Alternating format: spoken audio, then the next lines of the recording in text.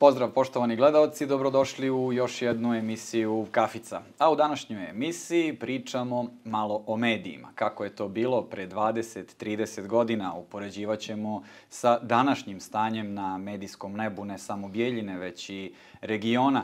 Da li je televizija možda polako postaje prošlost ili ne? O svemu ovome, ali i nekim drugim temama pričamo sa našim današnjim gostom, gospodinom Darkom Miloševićem, vlasnikom i direktorom nezavisne televizije Arena iz Bijeljine. Dobro mi došli. Evo. Hvala. Hvala na izdvojenom vremenu. Pozdrav tebi, Vlado, pozdrav i gledalcima ove emisije za koju sam čuo da je zaista gledana. Nadam se da će takav biti i ova. Pa biće sigurno, ne sumnjam, imamo dosta toga da pričamo i upravo iz tog razloga ste i vi naš današnji gost sa svojim bogatim iskustvom, možete svašta nešto da nam prenesete i da i mi naučimo, a i naši gledaoci da čuju veoma korisne stvari. A pre svega, svi vas znaju u našem gradu kao direktora i vlasnika, odnosno glavnog i odgovornog direktora i vlasnika nezavisne televizije Arena. Kako ste se odlučili, to je ajde da kažemo prvo pitanje, kako ste se odlučili i na koji način dođe to nekome u glavu, a konkretno vama, da osnuje televiziju, koja traje sad već 24 godine? Da. Pa ako misliš konkretno na televiziju Arena, ona je na neki način iznikla iz dopisničkog ili kako su on to zvali, afilijanskog centra televizije Open Broadcast Network, odnosno OBN. Bilo je to dopisništvo koje je pokrivalo, ja mislim, trećinu Bosne i nametnulo se kao kvalitetno, sa jednim vrlo malim timom, ali vrhunskih znalaca, entuzijasta.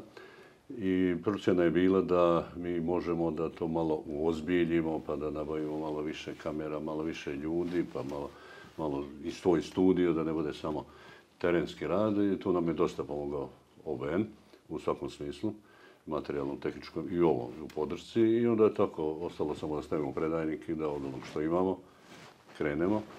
Kasnije se Arena razvijala, ona ima neku latentnu, znači onako stalnu, ali labavu vezu sa OBN-om. Preuzimo jedan dio njihovog programa po nekom ugovoru starom, koji još... To je, može se reći, neraskidiva veza. Pa onako da vam kažem, nema te televizije koja može da proizvodi 24 sata svog programa.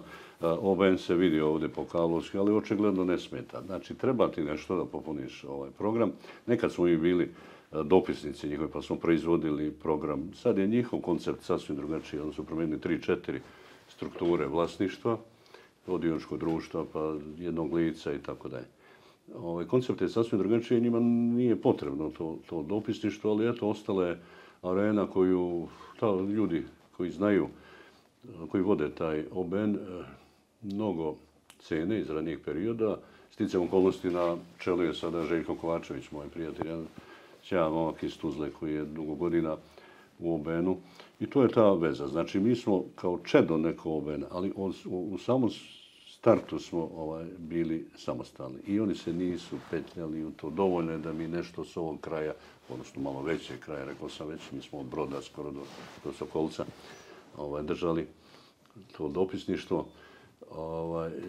I išli ka tom nekom osamostaljenju. Nakon godinu dana je Arena registrovana, znači 1999. i počela samostalni program. Eto, to je, ako pitaš, za Arenu. A otkud moje bavljenje ovim, interesovanje i odluka da uđemo u ove vode, ona seže još iz gimnazijskih dana. Ako idemo baš striktno na sami početak, u drugom razredu gimnazije, na moju inicijativu, iz veliku podršku profesora Slobodana Petrovića, mi smo pokrenuli list gimnazijalac. Zamislite, čovjek, dječak, drugi razred gimnazije. Ovako vrlo pitak list koji govori o tim školskim događajima, nagradama, sportskim klubovima, uspjesima i naravno puno literarnih radova je tu bilo. Ja sam ispred tih učenika, grupe učenika, bio kao urednik. Slobodan je to objedinjavao. To je ono periodično kad izlazi, 2-3 puta godišnje, izlazi na 2 godine. Nije se više moglo, ali je to, ako uzimamo striktni početak, to je to bilo. Onda kao opet gimnazijalac u 3. gimnaziji sam već dobio autorsku emisiju na Radio Bijeljini, tadašnjoj. Nije bilo drugi medija, bio je radio i to jedan. Čak ni u okruženju. Kod nas je bio stariji Podrinje, iz Loznice, Radio Šabac i Brčko je počelo prije. Dobio emisiju Poetski tokovi mladosti, zvala se, išla je sredom u 18 sati, pola sata, portreti pesnika, malo citiranja, onda se gledalci uključuju, ja sam recitovao, dolaze su tu vrsni recitatori iz gimnazije koja je baš puno polagala na to. I mi smo u tom nekom druženju kroz tu emisiju, pa kroz gimnaziju napravili jednu, mogu reći, jednu grupu ljudi, zaljubljenika u književnosti. Tu bi Radovan Kalabić, historiografije, on sada kao, ja ga pitao, doktor književnosti, znači studirali smo zajedno, odrasli zajedno. Stalno je sad na ovim političkim, na Hepiju najčešće. I Milorad Stević, koji je vodio ovo preduzetnik, udruženje preduzetnika. Dva sjajna recitatora gdje su oni čisto takmičili u tome ko je bolji. Jedan je forsirao Barbaru, Žaka Prevera, drugi Ne daj se Ines, Nesa Kišević, odnosno Rade Šerbeđe. I to je bilo već formirano kao neko, da ne kažem bojensko, ali zaluđeno društvo gdje su imali svoje kafane. Ja sam imao u staroj kafani Blade, staroj, prastaroj, ne ova što je bila prije, gdje je konobar Salko tačno znao gdje je moje mjesto. To su one obične limene, ove metalne stolice sa skajem koji više spužuje nego skaja. I zna se to moja stolica, naročito petkom. Petkom su bili ovi kvizovi u gimnaziji koje sam ja vodio, prije mene naravno vodilo je dosta tih dobrih autora. To je bilo kultno mjesto okupljanja Bjerijske omladine, petkom uveče u amfiteatru stare gimnazije, takozvana fizikalna sala koja prima 120-130 ljudi. Bilo je oko 250, nikad manje, i napolju oko 500, ali ne lažem ništa. Napolju 3 puta više nije moglo da uđe svako, znači prvo gimnazija, pa ako bude mjesta, a naravno nema. Mogli ste karte da naplaćujete. Pa moglo je stvar. To su takmičenje razreda i najatraktivnija bila ta slobodna tačka koja je plenila, to je haos je to prvi. Nakon toga se ide u Bled, ja sam bio već, ja sam autogram potpisio od tada. Govorim, to je jedno bezazleno finom. To su tinejdžerski, jel tako, dani? To je povezano, jer moj život inače je nekako isprepleten između književnosti, bavljenja poezijom, pošto ja profesor srpskog jezika i književnosti, a istovremeno i pjesnik. Nisam se ogledao ovim drugim proznim formama, nešto sad malo počinjem. I, s druge strane, novinarstvo. I to je tako se počelo da plete jedno drugi, pomagalo jedno drugom, nikad nije smetalo, naprotiv vukle. I došlo je do ovoga sada da sam ja sad posvećen zato što vodim firmu. Ja sam više menadžer nego novinar, nažalost. To je potisnulo tu prvovitu ljubav. A to što manje se bavim književnošću, to je samo nedostatak vremena. Pitaju mene i sad, jel pišeš nešto misleći na poeziju? Pišem, rekao, svaki dan. Šta? Pa fakture, izveštaje, projekte, ponude. Svaki dan imam šta da pišem. Tako da pišem ja i sada. Da, evo, nastavit ćemo naš razgovor, samo moramo da ispoštujemo i naše sponzore.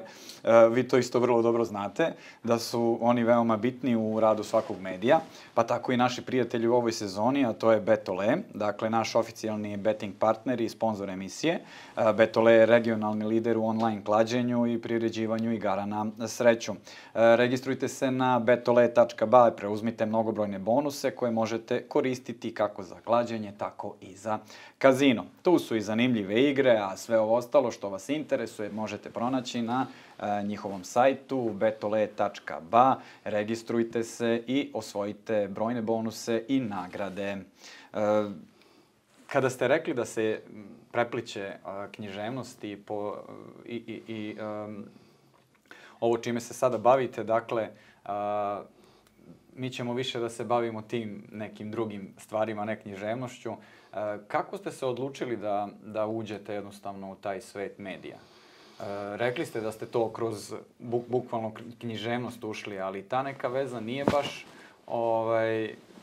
Književnici su sanjari i nekako drugačije skroz, ja mislim, po mom barem mišljenju. Pa dobro, radio sam ja i u književnim časopisima, znači to je još bliža sprega.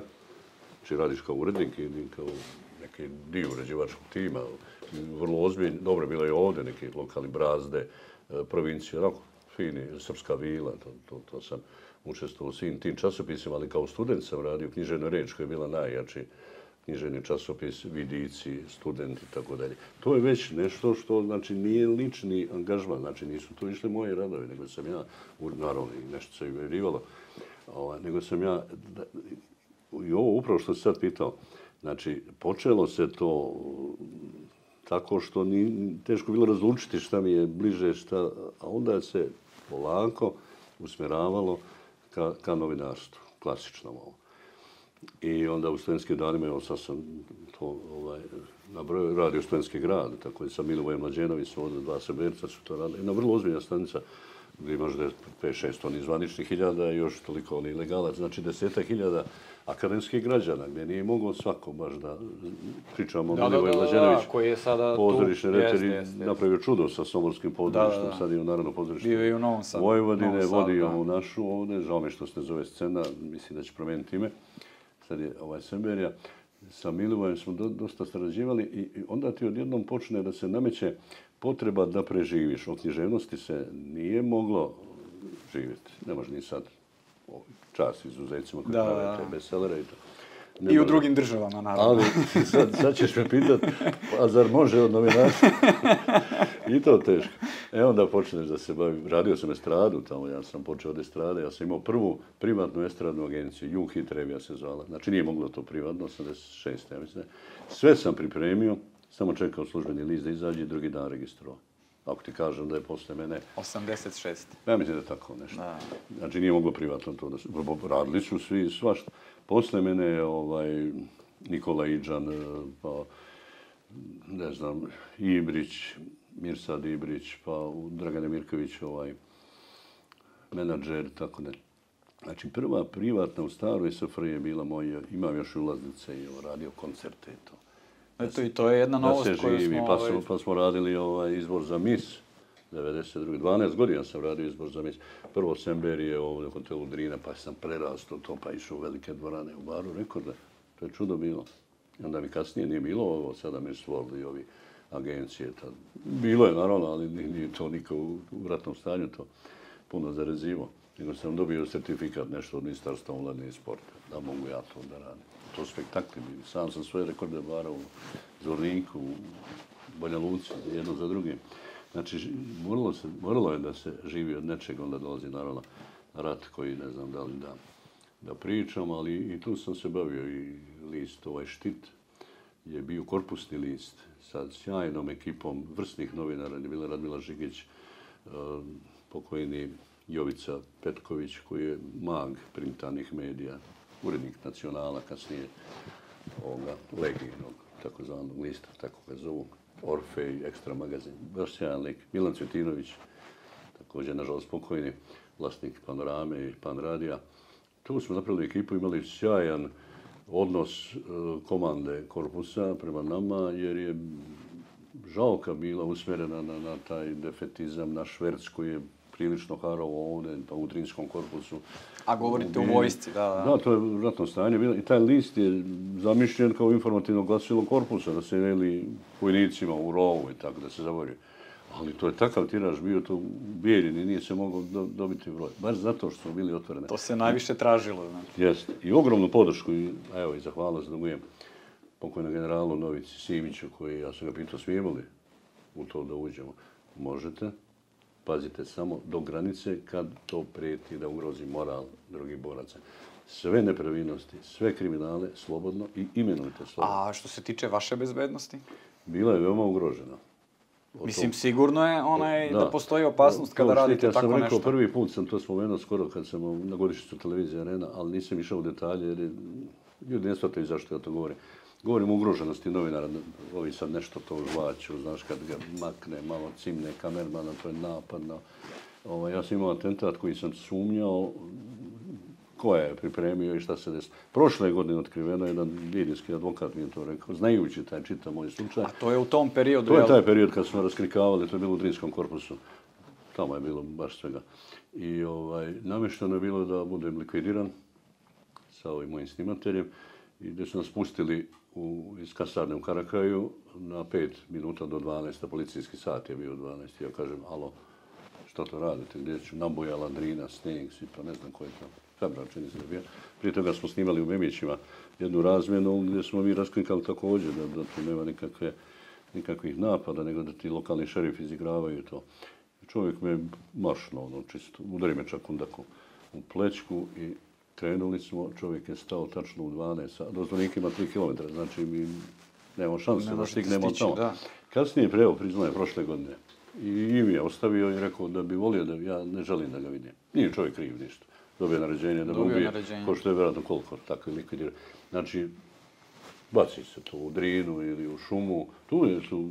A ratni period? Pa tu su rovovi bili nekoliko desetina metara, ali 100 najviše, ta zona. Sad, da li ćete baciti u Drinu i u šumu, meni, što se mene tiče, dođete na isto jer me nema, svakako. Govorim o tome, zašto?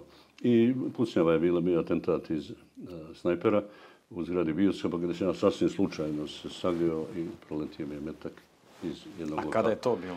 To je bilo posle, kad je arena već krenula, bilo je sjedište u bioskopu.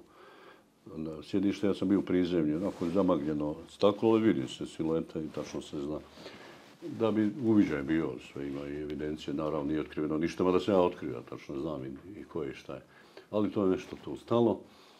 Kao to je pucano iz auta u pokretu, što je nemoguće, snajper ne puca u pokretu, a i vidi se po putanji da nije baš. Pa i da jeste šta, to mijenja nešto meni. Dobro, govorim to, ne volim, ulazim sad u ličnu priču, ali zašto ovo govorim? Šta znači ovo što smo pitao? Privrženost istini i hoćeš li istrajati, pa po cijenu i da ti bude ugrožena bezbednost. A koliko toga danas ima? Evo, bila je ugrožena. A koliko toga danas ima? Pa evo koliko ima. Na jednoj televiziji, popularna je, veoma je gledana, nažalost, ovdje. Dođe vladika Grigorije ispred crkve i gurne oko laktom snimatelja i namigne mu i vidi se da je to šeretski čin. Jao, počinje dnevnik s tim. Napo snimatelja naše televizije. I to svešteno lice i tako čitao komentar. Ili uzimaju anketu u Banja Luci i čovjek prilazi s leđa na 5-6 metara, stavlja ruke na leđima, drži, samo isprži prst, vidi mikrofon čije, kaže šta vi hoćete ovdje lopove, vi samo lažete, vi ste lažovi. Počinje dnevnik s tim. Zamisli on prijeti, napad. Prvo kakav napad, čovjek nije prišao ni blizu. Da bi posle 3-4 minute ili 15 u istom dnevniku, evo hoće zakon, gasi se sloboda medija, ljudi ne smiju da kažu svoje mišljenje narode, bit ćete uhapšeni ako reknete. Pa čovjek reče svoje mišljenje prije 5 minuta. Sami sebe negirati. Govorimo o bezazlenim stvarima za koji se kopča da bi prikrio taj lažnu borbu protiv kriminala. Ovo što sam ja radio je bila borba. Ne bih volio da se to meni sad pripisuje kao lično. Govorim kao primjer. Nije se vraćalo pažnju. Evo ja to spominjem drugi put. Ovo prvi put. Tako dalje. Imaš sad ekskluzivu oko autentičnosti izjave. Znači ja stojim iza toga. Postoji dokumentacija. Nikad to nisam eksploatisao. Zamisli da je to obrnuto ili da neko ko živi od toga. Jedno da sam spomenuo. Ali to je strašan kapital. U ovom vremenu kad se sad zagovaravaju ti borci, kad se hvalospjevi pišu o njima, nemojte to. Mislim, nemojte vi koji se bavite tim da borba trajna. I ja se i sad borim to. Ali nemoj ti koji kada pričam. Koliko je danas to istraživačko novinarstvo prisutno kod nas? Pa ono je pogrešno nazvano tako. Ako ti dobiješ elemente, dobiješ podatke iz veoma sumnjivih, ne u smislu neprovjerenosti, to je sve tačno, ali kao izvor sumnjivih namjera, zašto to plasira? I ti to eksploatišeš kao svoje. Nije to istraživačka. Šta si istražio? A šta si istražio? Ti moraš da izmisliš temu o kojoj svi nešto slutimo, ne znam o čem se radi. To se radi o tome, a to je zbog toga, u tom učestvuje taj, rješenja su ova. To je istraživačko. A ne dobiješ na tacu neke podatke, pa i anketa uvijek se krije. To je bukvalno onda naručeno. Pa kriješ se iza gledalaca, iza konzumenata te informacije. Kako istraživačko? Ne kažem da nema, ali ovo što se zagovara kao ovo, to nema. A da mi poredite, evo sad, mislim, pravi ste sagovornik da uporedite televizije koje su, na koji način su funkcionisale pre 20-30 godina i kako funkcionišu danas? Prije svega nije mogao novinar biti svako. To je u startu da raščistimo. Ne mislim da sada nema dobrih novinara, ali je mnogo medija, tako da je skoro nemoguće dobiti kvalitet u svakom. Kad bi sabrao sve ovo što u Bijeljini imamo, ajde, da ne budem pogrešan stvar, neću reći broj, ali možda 20%, da ne govorim broj ljudi. 20% oni koji ja cijenim kao prave novinare. Ako govorim o elektronskim medijima, pazi, još vratit ću se samo kratko. Kad smo završavali studije, pošto sam ja završio još jedan smjer, mimo ovog profesorskog, nastavnički se to zvala, to je književno-publicistički koji je praktično izjednačen sa političkim naukama, ali dobijaš nekoliko tih stručnih predmeta i ideš na obuku ili kako se to, praksu. Na praksu se išlo. Znači imaš ono redovno hospitovanje koje držiš u nekoj srednjoj školi u Beogradu kao profesor, a ovo biraš mediji gdje ćeš to da primjeniš to znanje. Znači moglo je se birati? Pa moglo je se birati. Ja sam pošto sam već radio u novinama, radio u Bijeljini, Seberske novine, televizija mi je bila ovako šminkerski i sad mislim da je jedan estradni medij koji će biti ili neće, tad ja nisam još vidio sebe, ali mi se učinio Tanjug kao, odnosno agencija, kao izazov, jer to je nešto novo s čim se vjerovatno neću sretati. I to je dobro što sam izabrao. I tamo sam radio u redakciji za Srbiju, kasnije prešao u centralu na Obilića Venac, a u toj redakciji to je Palata Albanija, 10 ispred, gdje je 60 novinara vrhunski i dolazi ti čovjek koji zove Nebojša Dragosavac, koji je jedna čiščica tipa Larry Kinga, sa tregerima, naočarna vrh nosa, koji nikad nisi čuo za njega ni vidio, ali posle 2 sata druženja i njegovih opaski vidiš da on zna sve u životu, u novinarstvu. On zna sve. Zna na čemu nebo stoji, što kaže. Zavolio nekako tu, kasnije sam ja postao i pomoćnik.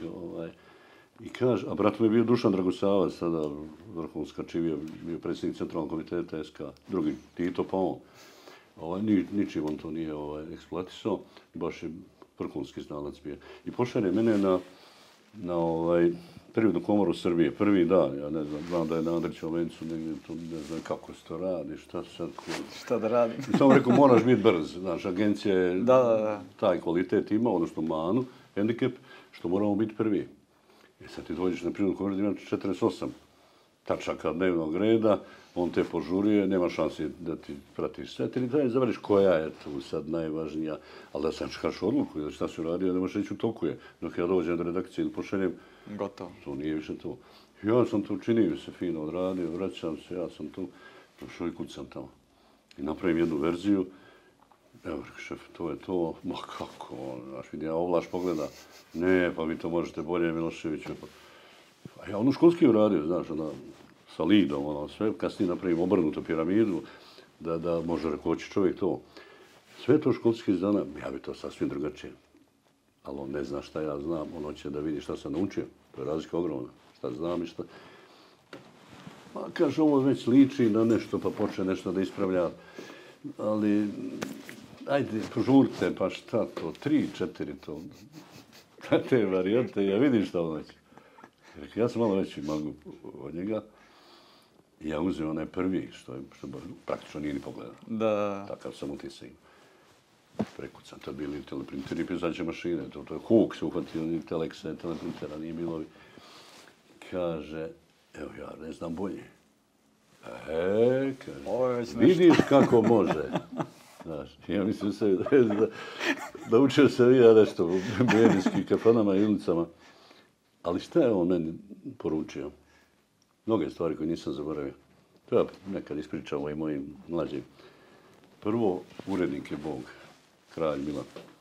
Njegova se ne prevera, znači tako je. Drugo, on je mene prošetao kroz nekoliko formi izražavanja istog povoda, istog događaja. Šta ja to znam, iz koliko uglova mogu da vidim. Treće, htio je da vidi kakva je moja reakcija kad mi vrati tekst. Pod pritiskom. Pod pritiskom. strašna škola. Da bi ja posle pola sata čuo da je kraj mene sjedila žena, iskusan novinar, znam ime, Nadežda Mihajlović se zvala, koja je to isto radila, ja sam tu, to moje nije ni objavljeno nikad. Da. Znači, njen je tekst već preuzeli svi mediji. To je on radio. Dok je on držao čas ovamo. Ali dobro, vi ste kasnije napredovali u toj istoj redakciji. Je li istina da ste bili najmlađi, je li tako, urednik? Ja sam najmlađi urednik. U istoriji? U istoriji Tanjuga, da. To nije mala stvar. Pa nije, ali pazi, to nema veze s ovim Tanjugom, to sad ne... Tanjug je bio u to Titino, takozvano doma, među 3 agencije na svijetu. Redovno bio. Znači, ruski TAS, američki Associated Press i Tanjug. I mlađani Darko Milošević? Pa, dječak iz provincije sa 23 godine, tu je postavljen mene, Nebojša to imenovao lično kao njegov pomoćnik. I pratio me kolika je to odgovornost? Da li ste vi tad znali? Evo ti broj kućni, pošto sam ja u Užicu služio u vojsku, a u vojsku se išlo vozom, ne znam zašto, tako se moralo. Ti da imaš 3 autobusa, ide se i vraća se vozom. Kaže, kad sedete u Užicu na voz, nemojte u Bijeljinu, dobro, nije se ni moglo u Bijeljinu, morao sam preko Beograda. Javite se meni, čekam vas na stanici u Beogradu i vi ćete raditi u Tanjugu i bit ćete dobar novinar. Ma naravno, ode ja malo u Bijeljinu, pa ću se javiti nikad. Ne sad, da li sam pogriješio, ne znam, možda i nisam. Ali suština to da Tanjug te godine bio prvi na svijetu. Znači, France Press, francuski, Reuters, ni blizu nam nisu bili. A te godine su bili prvi na svijetu. A ko je od vas sve preuzimao informacije? Ne mislim da je zbog mene. Ne. Potrebilo se tako... Od Tanjuga, ko je sve preuzimao tada informacije? To rangiranje, ta rang lista se pravi na osnovu broja preuzetih članaka, tekstova, naslova, broj citiranih, znači ne samo preuzeo, nego ovaj opet od tebe preuzeo, i broj zaposlenih, naravno, opšti broj vijesti, broj demantija, koliko je pogrešnih, tako. To je vrlo precizno, ne može to da se profula. Iz drugih zemalja su preuzimali? Naravno. Pa to? Pa naravno, Tanjug je imao, ne znam, 25 dopisništva u čitavom svijetu. Ovo je redakcija za Srbiju bila, koja je najveća bila u Palati Albanije. Kasnije sam nešto malo radio sa Ljubom Ivanićem, zvani Ljubo Tanjug, sad moj prijatelj je bio telepriterista. Ja sam bio novinar, pa dežurstva, znaš, imaš dežurstva, pa pošto mi nismo imali tad smještaja, volili smo, dođemo u Bijeljinu, znaš, da se družimo. Radiš 24 sata, ali bukvalno 24 sata. Onda odmaraš 3 dana. I mi para bilo, hoćeš, dođemo u Bijeljinu, mi smo lordovi. I nakon Tanjuga, vi ste se vratili ovamo? Pa vratio se ovdje, sad to opet, da se ne vraćamo na novo početke. Da, na one početke i to. Idemo sad u novinarstvo, te onda radio sam posle vojske, u stvari još dok je trajao rat, prebacio me iz komanda korpusa u srpsku radio televiziju, RTS koja je bila Srna, pa ne znam kako, Srt, pa da. Tu sam bio novinar i urednik, 2 puta urednik. Onda počinje PIM televizija, prva privatna televizija u Bosni i Hercegovini. Mi smo je registrovali kao ekološka. Lakše se dobijala dozvola. Ona je bila smještana u hotelu Sveti Stefan u Dvoroju. Vrlo je onako simpatično. Sad ti dolaziš radiš na televiziji u Beogradu. Isto sam bio urednik ovih krajina srpskih. Pa to je sistem, to je Dova, Slobe Ivošević, 10.000 ljudi je tu. Pa onda srpska televizija isto kao državna, tako se to zvalo. Pa. I sad ti dolaziš u nešto što je privatno. Iz ovog ugla gledajući, to je toliko logično, evo i portali, naravno da je privatno. To je bilo, kako, šta, koji program ti sad praviš, kako, šta, je li to komercijalno, koji je donji nivo neke granice i ukusa i tolerancije i profesionalnosti i sve. Nemaš uzor. Kažem, prva privatna u BiH je to bilo. Mi smo išli kao svjetsko prvenstvo iz prijatelja špricera u Donjem Brodcu. Svjetsko prvenstvo je uzro. Pužijada. Sjajno. Olimpijada Puževa. Puževa sede, svi zovu, znaju me. Ajde, dođi, kako se zove? Svjetsko prvenstvo zove, jer nema drugog. I mi idemo, gdje god je bilo. To je narod tražio, to se gledalo borz. Ali si držiš ovu notu kvalitetnog informativnog programa. To nisam. Dobro, to je moralo da bude, mi smo se i razišli tamo tada kad je počelo da se miješa u taj dio. Informativa je glavna, mislim, na svakoj televiziji. Ja mogu da tolerišem šta je komercijalno, da nisam imao uzor, ali sam shvatio da to mora tako. Ali informativni program nemoj, to je nešto što nosim, mislim da znam, ili sam učio da pogrešno, da nismo zajedno, ja ona. I kad je počelo to da se upliče, ja sam to napustio srećom, odmah sam prešao na OBN, oni su me zvali. Došla je delegacija ovdje iz Sarajeva i čuli su to. Pa sam prešao na OBN kao dopisnik, iz toga se stvorila Arena i tako. To je neki sad put, ne znam, sad godina da ne računamo, ali kad sam prešao Arenu prije 24 nešto, malo je bilo kontakta više sa drugim medijima, u smislu da ja to vodim i rukovodim. Ostale samo saradnja. Imao sjajnu saradnju, evo i s vama saradnju. I sa svima, mi govorimo u ime Arene, sa svima dobro, osim s jednim medijem, ali s njima valjda ne može niko. I dolaziš u jednu poziciju kad taj kvalitet koji želiš da zadržiš, i kadrovski, i informativni, je u koliziji sa pitanjem a od čega ćeš da živiš i koliko to košta. Ovaj tip medija, kakva je Arena, znači, mislim ona je lokalna po svom uklonu, ali je registrovana kao regionalna, mada je to republička priča. Mi imamo 82% je sad po novom preko kablovske u čitavoj republici, plus ovo zemaljske koji sad to nešto ukidaju pa ide na digital, da ne tušimo s tim. I dođeš u dilemu da li se prikloniti nekome, da li tražiti strateškog partnera ili prodati program. Znači, baciti sve ovo što si do sad radio. Što ste uradili, da. Vrlo teško je napraviti taj.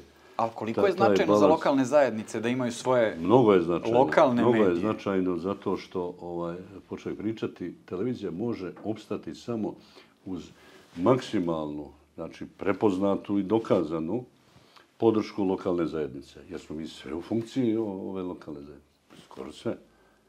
Ili, ako toga nema, onda da te prepozna neko iz vrha vlasti. Nažalost, to se povezuje sa strankom koja je na vlasti. Tako da i mene možda bi glas da smo to. Ali to je stvar novinarske emocije koju ne možeš ti da sakriješ.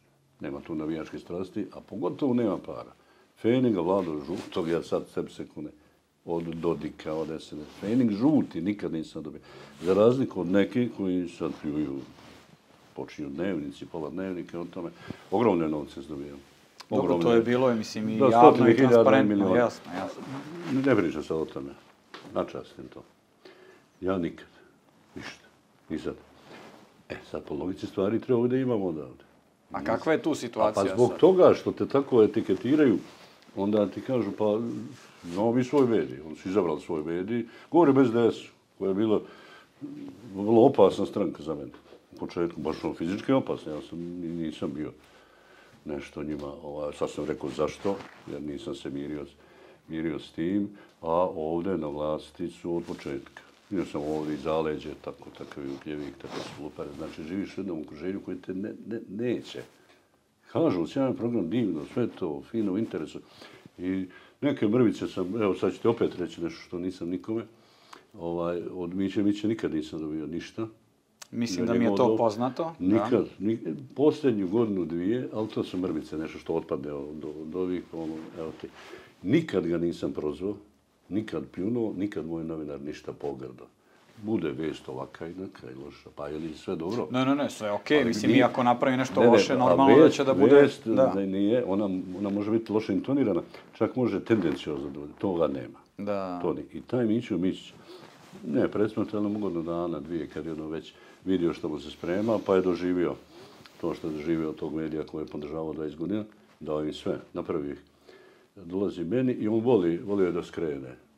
Kod mene na Pantinu, takozvana Pantina rakija, mog prijatelja Pantić je najbolja rakija u Evropi. Ima, ali rekao, Miću, znaš da ima. Znači, čovjek koji mi nikad ništa nije dao, koji je sve tamo dao, ja sam uvijek s njim razgovarao. I dolazi na rakiju i kaže, ja sam samo nešto došao da ti kažem. Skoro kroz suze. Nismo, još neko bio. Kaže, došao sam da ti se izvidim, ako možeš primiti izvinjenje.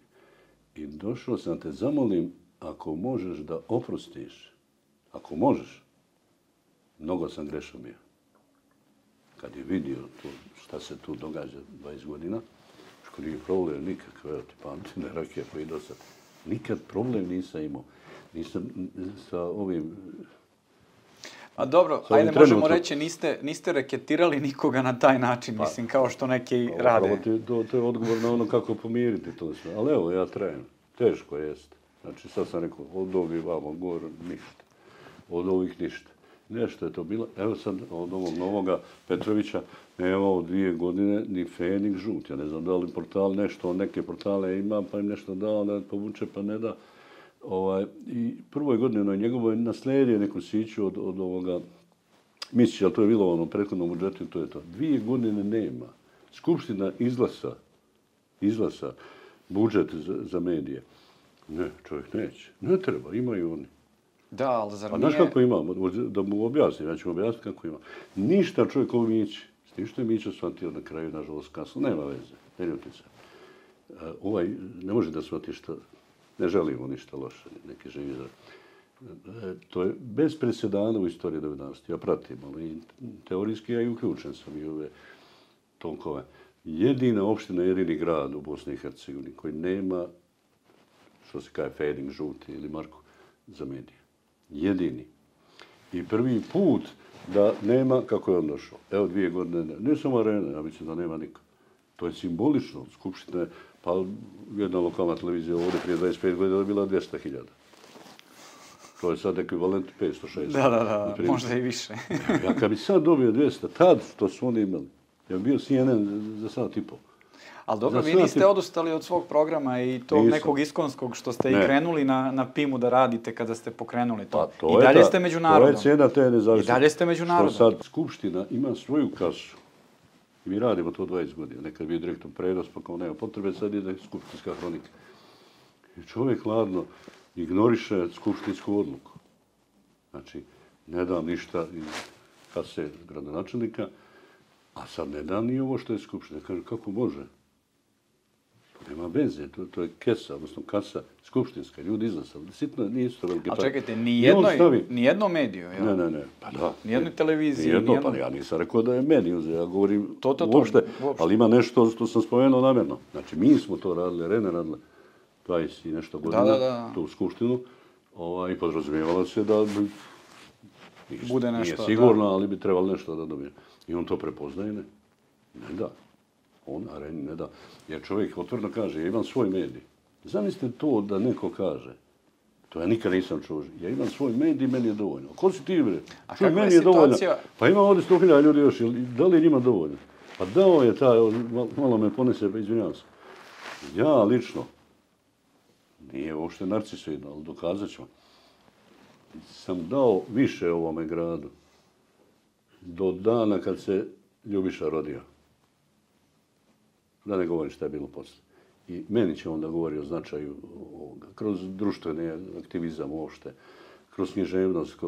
Ja sam osnovao književni klub kao dječak od 20 godina. Prva godina studija. To je vaša prva ljubav, da kažem. Pa ne, meni je to čudno bilo, znaš, druži se tamo u Beogradu u tim krugovima. Vidi da nema. Nikad nije imala književni klub. To je nešto je Rodoljub Čolaković pokretao posle drugog rata, ali nije to zaživjelo. Nikad. 80. godine. Ja kao dječak, student prve godine, dođem ovdje sa grupom ti entuzijasta i osnovimo književni klub. To sad niko ne spominje, sad je to nešto, mislim, svaka čast rade, oni fino želim sve najbolje. 22. treće, ne znam, osnovan Ivan Dušić i to je to. Oni ne znaju da je bio klub. Koliko je to? 30 godina prije, 20? 30. Razumiješ? Ajde da ne govorim, pa Selanske festivale, ja sam 7 godina vodio festivale znanjem, pjesmom, igrom na sebi. To je spektakl nevjerovatan. Pratio sam. To ovi mlađe generacije ne može da objasni šta je to bilo. To je 50 sela. Ali evo sad ste spomenuli to. Nedelja po 4-5. Jel mislite da bi to isto sad funkcionisalo kad bi se pokrenulo? Ne, kako? Što? Pa ko će to da vodi? To je sad druga stvar, ali kad bi se pokrenulo, kad bi se napravila kompletna, da kažemo... Prvo, domovi kulture su devastirani. To su bila stjecišta bilo kakvog kulturnog okupljanja. Ali to nije samo to veče kad mi dođemo, ja vodim program i mi odnosmo. Folklori su bili, to je tačka folklora. To je prestižno toliko, kakvi ovi kvizovi sad i takmičenja, kakve festivali. Oni su naručivali iz Bijeljine koreografi. Iz Beograda, iz Novog Sada su dolazili koreografi da obuče, da Brodan Spovednik Batković ili Glavičice. Bez obzira na nagradu. To je strašno, bilo takmičenje. Ne, bilo je nagrada, ali kažem, to nije bila bitna nagrada. U znanju iz poljoprivrede je nešto, NOB, na to mora malo se ubaciti. Toga, pjevači, amateri, izvorne, frule, harmonike, šarki, to je sjajno bilo. To su domovi kulture koji primaju 200-300 ljudi. Slično kao gimnazijski, oni gdje na polju 1000 i pol. Ali ne laže vladu ništa, to je nevjerojatno, to ste morali da vidite. To ne možeš promoći. Ja tad studirao, ja sam dolazio da radim preko vikenda. Dođem petkom popodne, odmah sjeda auto, vozete, idemo sad Čengić, ne znam, Magnevi. Sutra si negdje, znači petak, subota, nedelja po 4-5 sela i tako svaki vikend negdje od decembra do kraja februara. To je nevjerojatno nešto bilo. Da, bilo je izuzetno, to je bilo prepuno. Ali pazi, bili su aktivisti, bila je Savez omladine, bili su mjesne zajednice koje su bile hiperaktivne. Gdje je sad to? Ko će to da vodi? Bili su domovi kulturi koji se namjenski štimali, rihtali, krečili, čistili za to da... Ali to nije samo to veče. Oni su vježbali mjesec dana ranije i frulu i šargiju. Vezli nešto štrikali. Folklor je vježbao... Družili su se, bila je aktivnosti. 3 mjeseca, razumiješ? Nije to samo to veče. To fali. O čem to pričamo mi to? I ti ćeš sad da kažeš ko je da... Pa napravimo anketu sad ovdje o gledanosti. Mi ne učestvujemo u tim... Ne znam da li sam pričao. Mi ne učestvujemo u tom mjerenjima.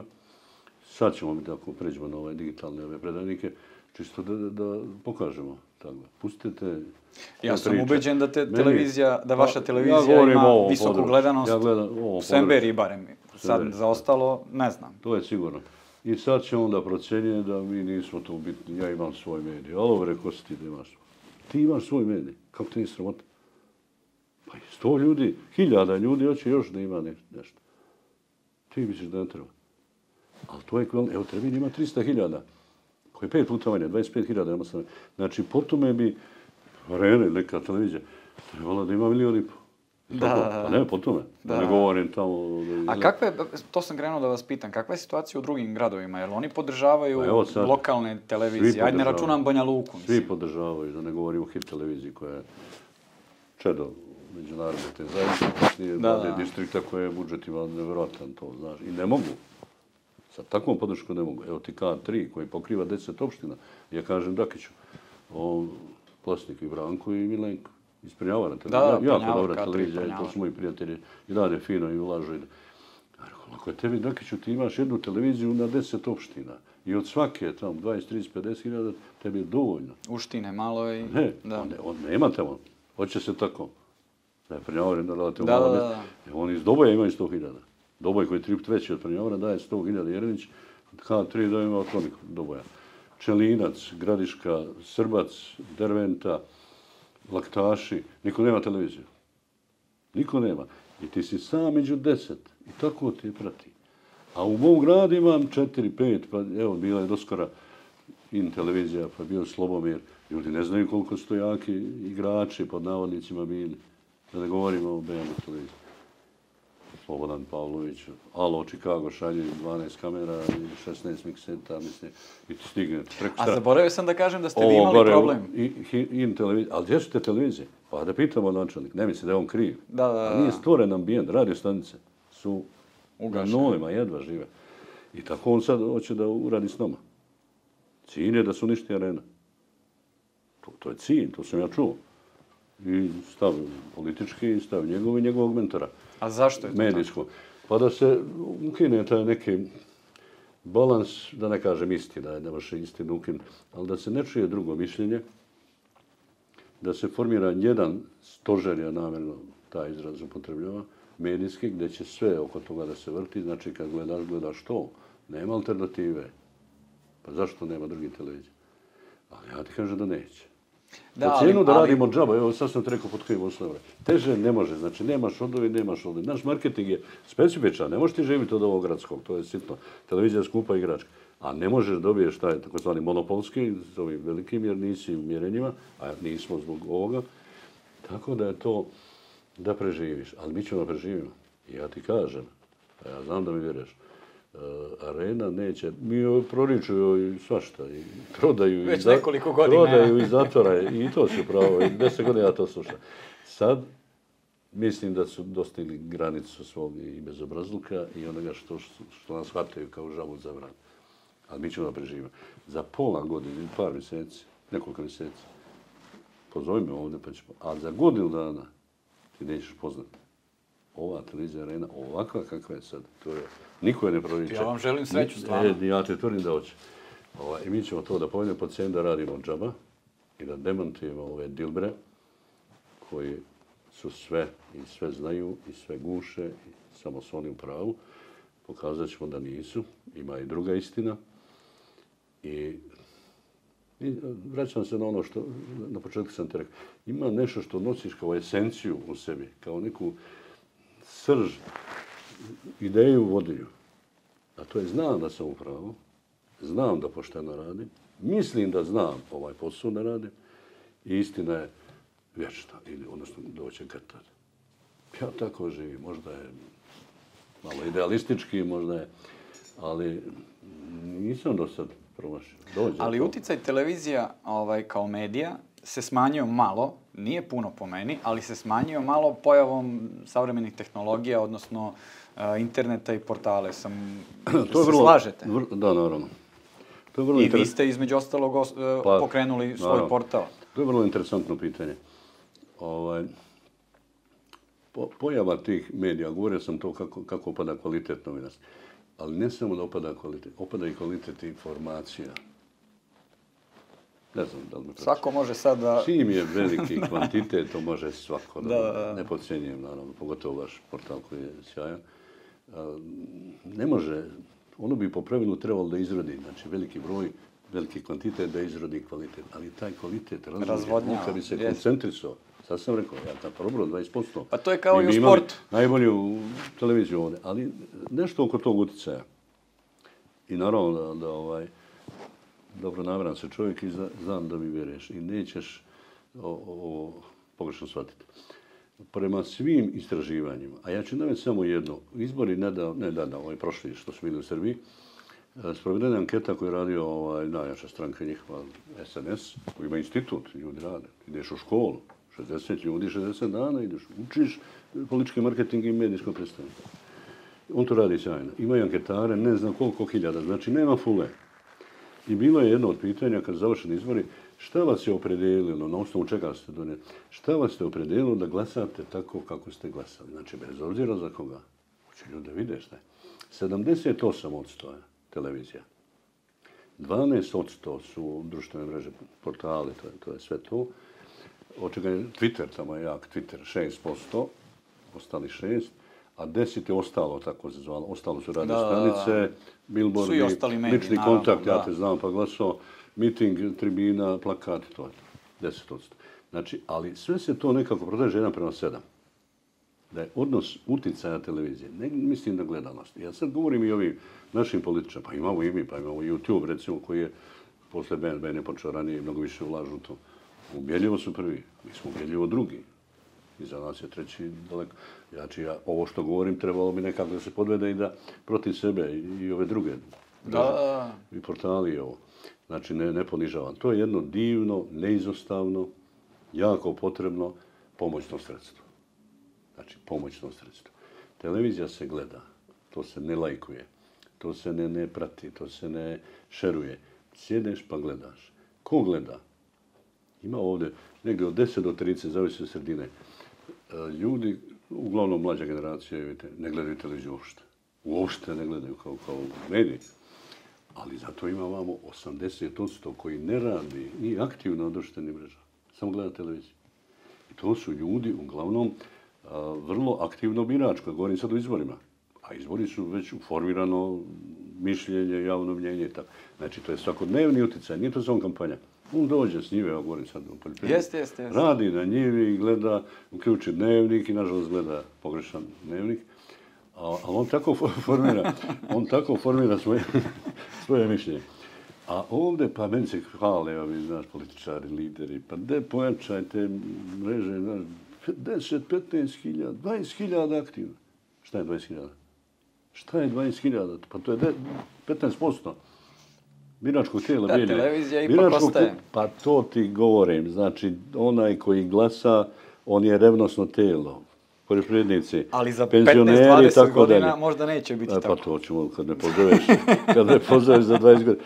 Znači, ovaj koji se igra, kažem namjerno, ne mislim, jasno. Pežorativno i pogrdno, koji se igra na mreža, on prvo je polat u maloljetnih, znači on nije birač, nije glasač. Onda drugo i da jeste, on nije revnostan, nema naviku da glasa, omladna to slabo izlazi. Treće, uvaži da je to već formirano mišljenje, to je pola botova. Imaju ovo, ovaj ima svoje koji plaćeni da samo to rade po lažnim profilima, da komentar. Nisu ni ovi drugi naivni, možda i žešći. I oni to sve zajedno, ko jedan drugog, svi se znaju i pod lažni, i pod ovake. Znači, ništa novo ti nećeš dobiti u smislu formiranja nekog novog ili promijenjenog mišljenja, to je to. Nije to. Zato prolaze ovako kao na izborima, govorim za ovu grupu Bjedinsku, zato prolaze kao što su na referendumu. To je sve televizija napravila. Dva pitanja imam, onako, baš me to interesuje. Pogrešno građani se još... Ne, daleko bilo. Znači, tamo posle govorim loše, jer i ja imam to i čak idemo sad da to malo pojačamo. Ne, nego samo govorimo o nekim činjenicama. Ne, ovo su činjenice. Vi ste sad samo spomenuli činjenice. Ovo su činjenice i provjereno. Pazi, razni tu ima. To je lako provjeriti koliko se veruje tome, koliko je... Ako je to za Srbiju, tako sigurno je i ovdje. Znači, jer nema velike razlike za naše zemlje. Klik od 3 sekunde nije praćenje. Ne možete promijeniti mišljenje. Kad sjedeš pa gledaš emisiju sad, tipo, ili dnevnik svako večer, ključ, hoće. Ajde ovako, šta vi gledate, ali ne što morate da gledate zbog posla i zbog toga što ste vlasnik televizije, šta vi volite da pogledate na televiziji, šta biste preporučili našim gledalcima da oni gledaju? Ja prvo da kažem da je televizija jedan strašan kraljevac vremena. Ja bih preporučio da što manje gledaju. A to kad kažem što manje... Imamo slično mišljenje. To kad kažem što manje ne mislim da isključe to, nego da biraju šta gledaju. Po prirodi posla, evo sam si rekao, po lokaciji i nekoj profesionalnoj orijentaciji, ja moram da gledam uglavnom informativni program. To moram. Ja gledam 25 dnevnika. A kad ne morate? Od ujutru do večer, znači, pogotovo prime time, tamo oko 7-8, gledam 10 moram. Neku političku emisiju pogledam, ali onda vidim ko su gosti, pošto njih znam sve na pamet i znam i šta će na kraju reći. Gledam voditelje koji su katastrofalni, nemamo dobri. Ovdje nema niko. Mislim, ti si dobar voditelj. Hvala. Šalim se, nego... Nikad se ne uzima u obzir ovaj upliv beogradskih medija. To su praktično tabloidi koji sad svi imaju svako svoju televiziju. U debelu potporu vlasti, jer šef tamo zna šta radi. Znači svaki list ima svoju televiziju. I ulaže se puno tamo. Da, to neki kvalitet. Da ne govorim o bljutavostima, neću da imenujem. Je to stvarno cirkus od svadbi, od cirkusa, budalaštinja, kvizova, gologuzije, koje kakve, silikonske. Ali naleti se na dobrog montera, na dobro osmišljenu emisiju. Eto to nekad pogledam. I naravno, sport. Filmove ne gledam uopšte, Seriju nikad nisam gledao. Samo moram da znam. Pogotovo ne one dugotrajne što traju nikad se ne završe. Američke, sad su turske. Indijske. Pojma nemam, ali ovo što sam rekao, moram da budem u tom. Ja samo preletim. Ja ću ti sad navrati sve u koliko sati koja televizija ima. Dobro, morate da budete informisani. Naravno, da. Znaš koliko se zadržim? 6 sekundi, manje nego na klik na društvene mreže. Ne interesuje. U životu nisam pogledao seriju. Koliko uopšte trebamo da verujemo medijima, pogotovo ovim, ajde da kažemo, pa kad bi znali da biramo ono što gledamo, treba da se veruje. Ali s obzirom da mi nemamo izgrađenu tu moć selektivnog pristupa, da mi praktično gutamo sve što nam se kaže. Mi ako se odlučimo na jedno, to je to. Doćemo opet, na ovo, ali dajemo puno značaja. Imaš... Evo, opet imaš u Bijeljini od neke televizije, nema i puno, pa prepoznaćeš, gdje ljudi ne gledaju uopšte tu televiziju i sve ih je više. Ne gledaju uopšte. Gade im se, muke im, ne mogu laž da izdaju. Tako se izjašnjavaju i ne gledaju. Imaš drugu grupu koja je veća, nažalost, koja samo to gleda. Samo to gleda, možeš reći što hoćeš. To nikad nije bilo istoriju, teoriju novinarstva. A je to samo za informativni program govorite? Pa, ajde, u ovom slučaju informativni, ali... Pošto ima i tamo sigurno nekog, mislim, ko dobro radi i tako dalje. Naravno, ovo sad govorim... Da ne kažemo uopšteno za kolege sve, mislim, da. Nisam to rekao. Da se ogradimo. Ja kažem, ljudi gledaju po navici. Ta ista televizija napravi pauzu od 5 mjeseci kao ljetna pauza. Od proljeća do kasne zime, zove se ljetna pauza. Dobro sam imali 3,5. Prošle godine su 5,5 mjeseci. Nema ništa. Znači u 12 novosti, pa 4 sata serija, pa dnevnik koji traje 10 minuta, ne znam što zove, tako reciklirani od priče, pa opet 2 sata serija, pa jedna emisija nekog kolažnog, informativna RS nešto, pa opet serije, pa dnevnik, pa opet serije, do 12.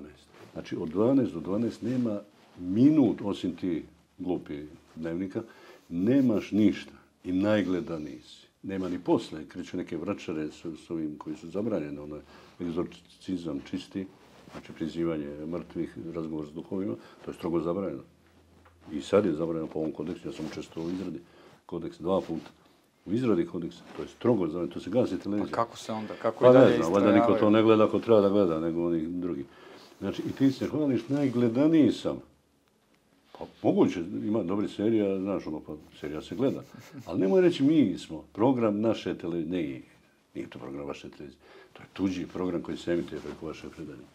Ajmo iskreno to tako reci. Nemoj. Ali nije bitno. Neka, želim najbolje. Ti kad gledaš samo to, taj koji to proizvodi, može da ti kaže šta hoće. Jer ne gledaš ništa drugo. Ne zna se šta je opasniji lobi koji ne gledaju uopšte ili samo to. To nikad nije bilo. Znači ti možeš sad vodiš dnevnik i znaš da te 60%, nije mi 55, 70, gleda samo tebe. Ma šta hoćeš, možeš reći. Lažeš. Kakva god je informacija sad. Ne znamo da li je laž ili ovo ti je odgovor na ono pitanje. Koliko vjerujem televiziji? Ja proizvodim ljudi koji se vjeruju. Nisu to. Pa ne možeš stići, mlado. Pokradoše. Boga, oca pokradoše. Ne mogu ja da izmislim kadrova i da koliko mi ovi kradu. Ali pazi, nije tamo sjajno.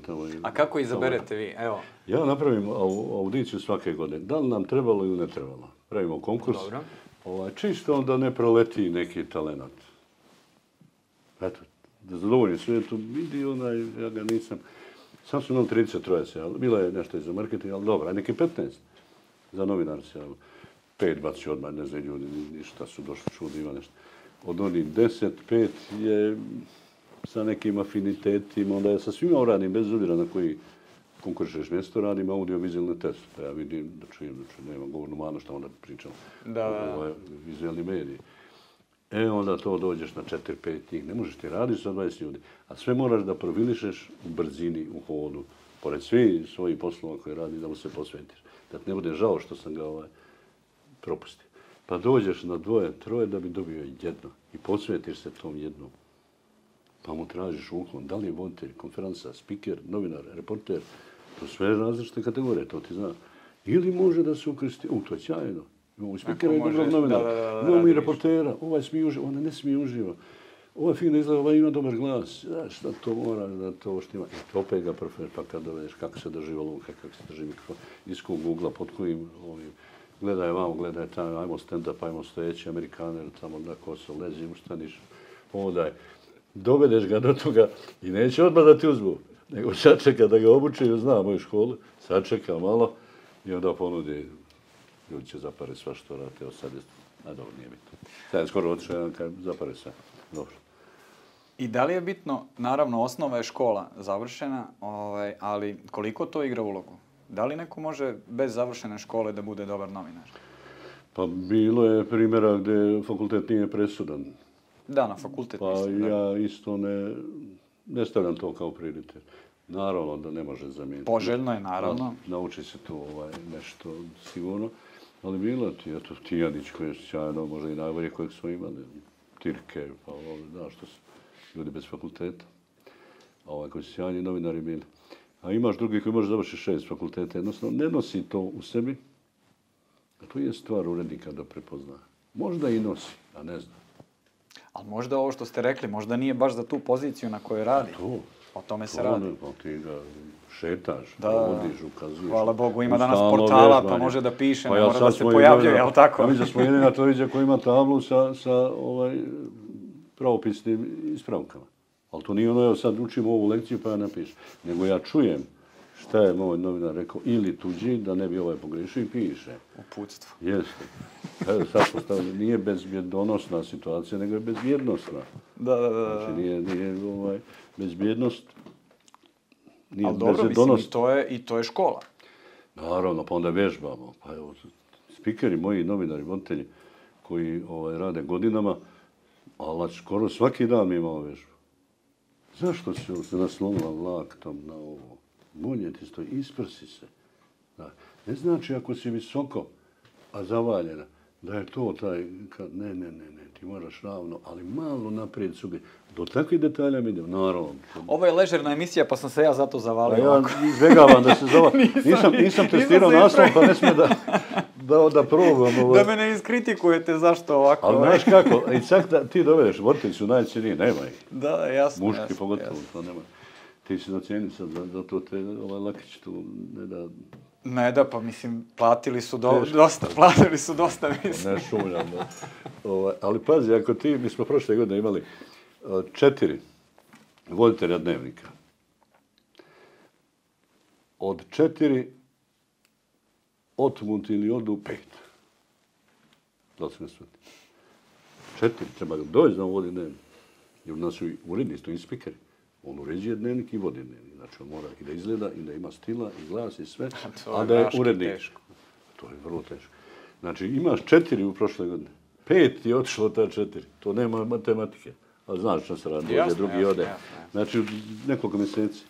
Kompletna garnitura ti je što treba napraviti ponovo. Ja bih ovako sa vama pričao do ujutru. Ja, što meni jako prijem, kafa je dobra. Je li vam prijatno? Ja. A nisam vas pitao na početku emisije, sve pitam, evo pitaću vas na kraju, kakvu kafu pijete? I šta za vas predstavlja kafa? Kako mi donesu. Dobro. A je li kafa samo ono ispijanje kafe i završeno? Pa znaš kako, pošto sam ja novinar i naučio sam i prije, ajde sad sam kao i direktor, pa me onda, znaš, malo titraju mi, pa pitaju šta će šefa. Ali onako dok sam bio novinar, nema dvije iste, gdje god dođeš nude ti. Tako da ja sam izgubio taj oči. Ali kad mogu da biram samo bez ništa, bez šlaga, bez mlijeka, znači velika šolja puna. Znači ne produžena, nego duga. A volite da se osamite? A volim domaću. Da se osamite, da brzo samo popijete? Samo na vikendici kad sam sam. Skuvam sebi kafu i pijem takozvanu tursku. Domaću i to ceifam od sat i po. Sjedi na terasi i tako. Samo tada. A u stanu, smišljate stihove. Pa nismo stigli od te. Ja volim da ti odrecitim jednu pjesmu koju nisam... Ajde, izvolite. Nemojte sad, nismo se govorili. Koju nisam govorio, pa ne znam, 30 godina nisam javno. Ajde, možda ću. Samo ovo da ti kažem, da se vratim na Ugljevik.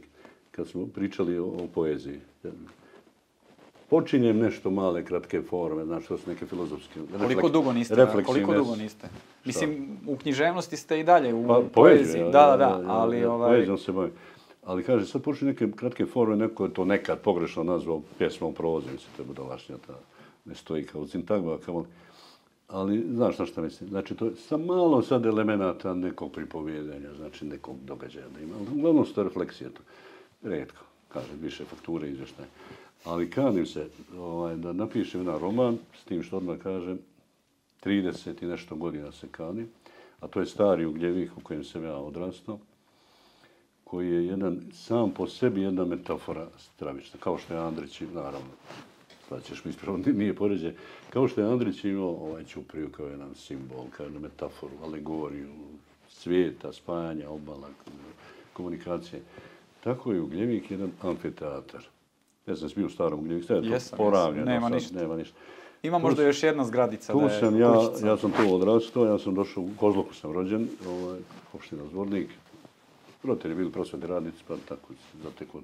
Kao trgovački putnici. Pa sam onda otišao u Ugljevik, nisam otišao odjeli sam, za godinu dana, nisam mogao otići. Odjeli me u Ugljevik, tu sam odrastao, otac kasnije bio direktor škole, pa direktor rudnika. I udario je temelje, započeo u termoelektranu.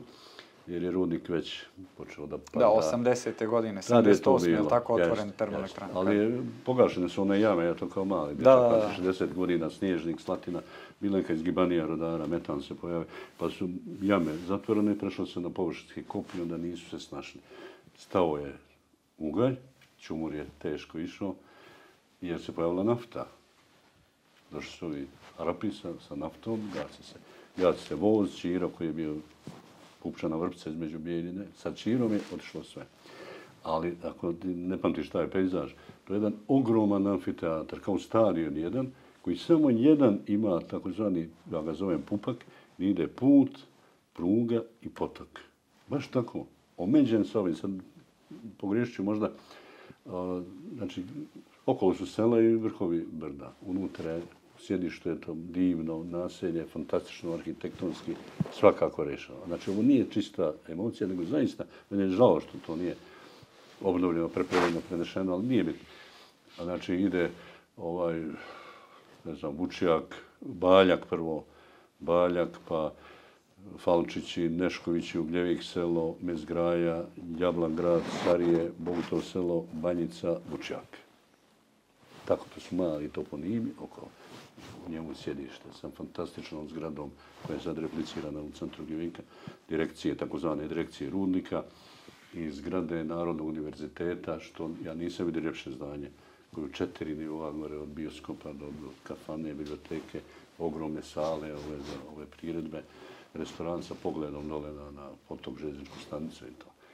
Šta se tu događa? Znači, sam ambijent po sebi je pozornica, kao amfiteatar. Rudnik je počeo 1899. Završen neki 80. godine, ali dok nisu srušili otprilike kraj vijeka. Čitav 20. vijek je stao tu. Ali to se hoće tako. I glavni junak je u stvari Rudnik. U tom zamišljenom romanu bio bi Rudnik. I sve je disalo kako je čitao taj kraj okolo, iza onog brda, jer nisam više nije potrebe. Tu su potoci, livade, pećine, igrali se rat. Sjajni ambijent za odrastanje. I tu razne nacije. Oba rata su tu vršila svjetska. I ovaj, posljednji. Sve to se tu desilo u tom zamišljenom amfiteatru 20. vijeka. Tako će se i zvati roman. Pa zvaće se Majdan. To je naziv za Rudnik, vjerovatno. Ali nikad ga neću napisati. Zašto? Zbog te preterane emocije. Meni bi bilo lakše napisati u Rudniku, Kostolac i Majdan. Pa vi napišite, a neko drugi da malo to sredi, je to ambicija, ja se plašim toga što nosim u sebi da neću to znati napisati. Forsiraju mene i ovi stari Gnjevičani koji su sad viđeni ljudi, direktor čak nude iz sponzorstva, to je najmanje bitno. Ko će drugi ako ti nećeš? I ja sve kao hoću, ne znam. Evo, strmi na dlan, možda i ući. Hvala vam puno na izdvojenom vremenu. Stvarno mi je, evo da ponovim, bilo izuzetno prijatno u razgovoru sa vama. Pa ja ne znam da li smo govorili teme, eto mi smo malo izašli iz te medije, ali pazi, mediji prate život. Zato se ja malo životnih priča tu udrobio, ali nije viška jer onda lakše shvatiš šta je uloga i ovoga svega što ja radim. Želim vam puno sreće i da napredujete i dalje kao televizija, a i naravno da i dalje proizvodite kadrove za istu televiziju. Ja tebi želim sve najbolje i na dobrodošlici na dobroj kafi, vama i ovim momcima, i vašem portalu. Dug život i dobru saradnju s nama, koja je, moraš priznati, do sada bila jako korektna. Bila je odlična, jeste. Ali mislim da ima elemenata da još to malo... Napravit ćemo mi još bolje. Hvala puno. A mi ćemo pre nego što se odjavimo da podsjetimo ko su naši partneri i ko nas podržava u ovoj sezoni naše kafice. To je oficijalni betting partner i sponsor emisije Betole. Betole je regionalni lider u online klađenju, priređivanju igara na sreću. Registruj se na betole.ba i preuzmi mnogobrojne bonuse koje možete iskoristiti kako za klađenje, tako i za kazino, a tu su naravno i brojne zanimljive igre. Dakle, sve što je potrebno, ukoliko vas interesuje nešto više, samo da odete na betole.ba i sve ćete vrlo lako pronaći. Najbolje kvote, najbolje ponude betole.ba. A to bi bilo sve za nas u ovoj emisiji. Hvala vam za pažnju i prijatno.